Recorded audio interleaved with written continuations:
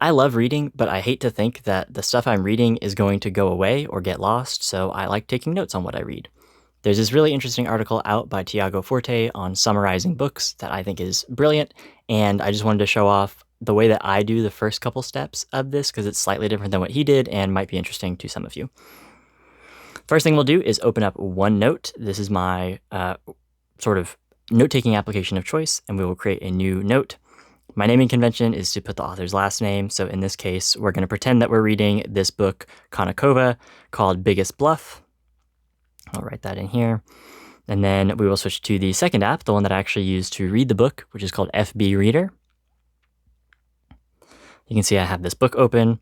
What we'll do is scroll over to the contents, wherever that ends up being. Here we go. What you'll want to make sure you do is grab up here and then just make sure you're able to pull all the way down. And sometimes you kind of have to yank it a little bit, but here we go. Got everything. Copy that. Bring that back over to OneNote. Go ahead and long tap again to paste it in. Now we have the whole contents here, and then I'll use this as sort of a guide as I'm reading. So I will start off in, let's say we're in the prelude, and I find something that is the combination of interesting, helpful, and unique. This is sort of an anecdote, but we'll just copy this part. We'll pretend this was the interesting thing. We'll hit copy again, go back to OneNote.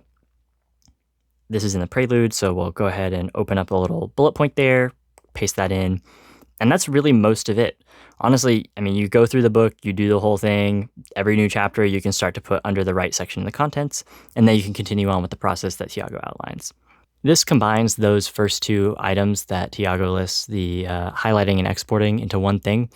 And I don't know if that's good or bad. I just know it works for me, so thought you might find it interesting. If you're interested in more of this stuff, I've linked the original article that inspired this, as well as another thing that I found really interesting. There's a book called How to Read a Book that I think is wonderful for this kind of work. And links both those in the description. Thanks.